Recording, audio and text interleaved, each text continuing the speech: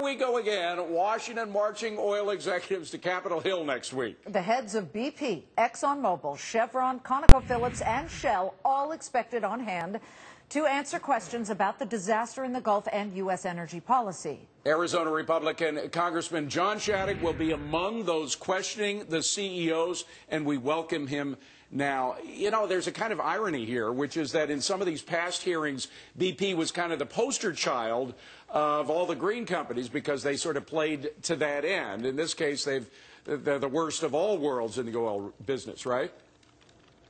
Well, not only have they tried to be the poster child of being the green energy company, I think what we are now learning is that while they were posturing as the green energy company, they were cutting corners on safety. And I think the rest of the executives in the industry knew that, but weren't in a position to do much about it. But yes, I think it's a great irony. Dying to know what your first question will be of these guys. And in particular, will you go for BP first or some of the other oil companies? Well, really, my first question is going to be, what more could each of your companies be doing to clean up this situation, clean up the spill, that you're not doing now? Precisely because, as your last guest pointed out, we have not put an all-hands-on-deck call-out.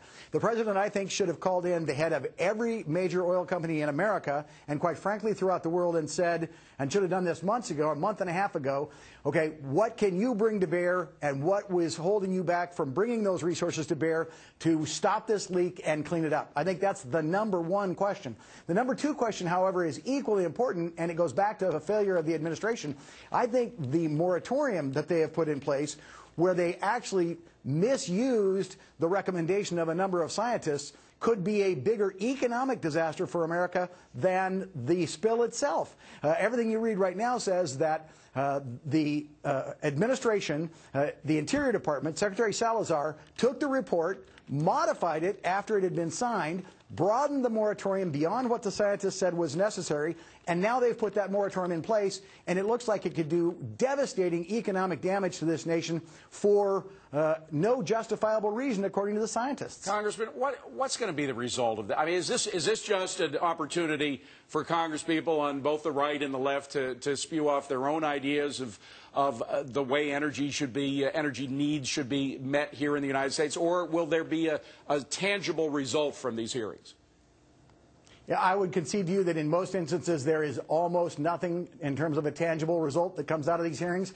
Chairman Markey does these every year, and it's just an annual beat-up on the energy industry opportunity. And I think, quite frankly, many congressional hearings are just grandstanding by the politicians to try to play the issue and deflect the criticism from them. But Representative, we're paying you guys to get something done, and we want you to get something done. We want this to accomplish something. Agree. Do you think you can? Yes, I think we can. For the reasons that, again, going back to your former guests, I do not think that the administration has handled this well. I think there are things we could be doing. I think there are other resources that the other oil companies have that could be put in place to clean up the spill and to stop the spill and to make sure that we put in place the kind of safety provisions that we need in the future. This has been a relatively safe industry with a relatively clean record, but I think in point of fact, we're going to find out that the one company that was cutting corners in the past was BP, and the industry needs to be honest about its suspicions about that. Second, we can learn from the industry whether the moratorium, whether the kind of third-party actions we're taking, stopping all deep-water drilling, causing those rigs to move away, will in fact be as economically devastating as I am led to believe.